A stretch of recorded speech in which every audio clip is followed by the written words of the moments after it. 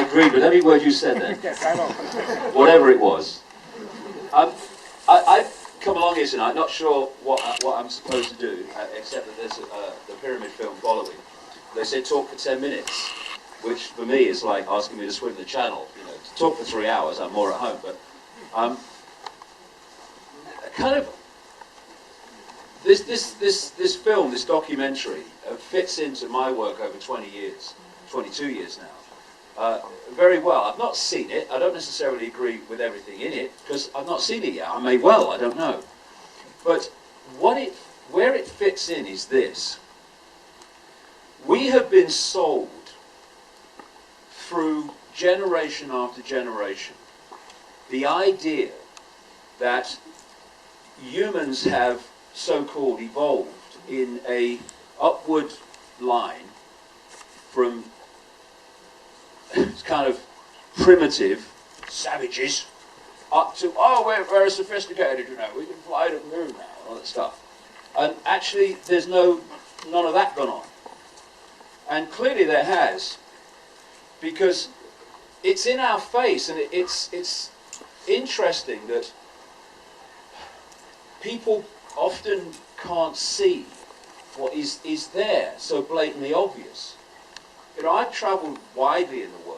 I've seen so many of these extraordinary ancient structures. In places like Peru, I mean, they're staggering.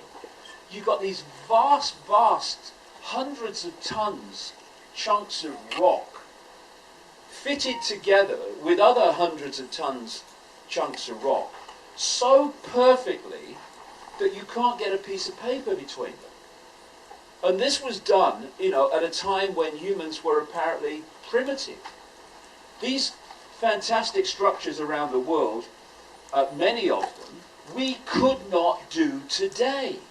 It's like, stands back, looks at it again. There's more to know here, as opposed to this.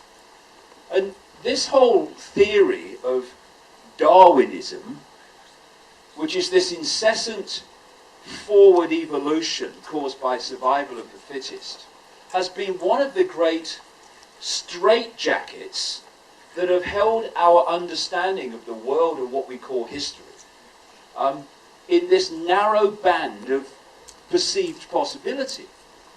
And what we now, as people awaken, and I've been on the road for 3 months in Australia and New Zealand and America and many other countries this year, there is a global awakening going on many levels. And one expression of this is seeing the bloody obvious. The pyramids were not built by a primitive people. I mean, hello? And then the question comes, well, who did it then? And then you look at a picture of anywhere basically in this galaxy, never mind the universe, and you see this explosion of lights. You see now all the predicted planets that it's said that are akin to the Earth. Not that this is the only place that life can manifest, but even in our terms of life, there are so many planets out there that are similar to ours that could support life. And you look at that massive lights, and you think, do you think we're alone? Has life as we know it only appeared on this one little planet, in this one little solar system, in this colossal galaxy that's part of this almost unimaginable universe? And so it's obvious, well, actually, on the balance of probability, we're probably not alone. Of course we're not alone. Then the question comes, has other expressions of life, intelligent life, well, you know, I look at the world sometimes that we live in and I wonder about intelligent life, but has this other intelligent life interacted with this planet and thus had the potential at different points to bring in knowledge, technical knowledge, understanding how to us impossible things like moving fantastic chunks of rock around is actually straightforward when you have the technology and the understanding of how to do it. And thus, there have been inputs of very, very advanced knowledge at different points which have manifested as, in one way alone, as extraordinary structures that we cannot, from our perspective, Darwinism, explain. And when you put all this together, a pattern starts to appear.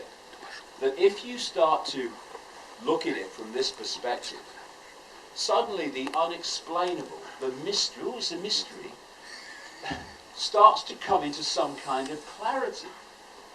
And that is that there have been inputs in the human story recorded in so many ancient cultures around the world using different names. The Anunnaki in the Sumerian area of the world that we now call Iraq, the Chitahuri as the Zulus call them, etc., etc., where they have recorded these non-human visitations and interactions where this fantastic knowledge from our point of view has been brought in. And it's like it's been standing there staring us in the face. I've been there a number of times. These enormous bloody pyramids, these fantastic structures around the world like Peru, and they're saying to us, you are not alone. Look at it. And so I don't know where this documentary goes in terms of detail, but clearly it is asking us to perceive the possibility that some of the things I've just mentioned are ways of explaining these ancient mysteries. Because sure as heck, mainstream science, mainstream archaeology are not going to answer them, because they will not go where those answers lie, because it is outside the parameters of the belief system of mainstream academia. So we'll see where it goes, and enjoy. Thank you very much.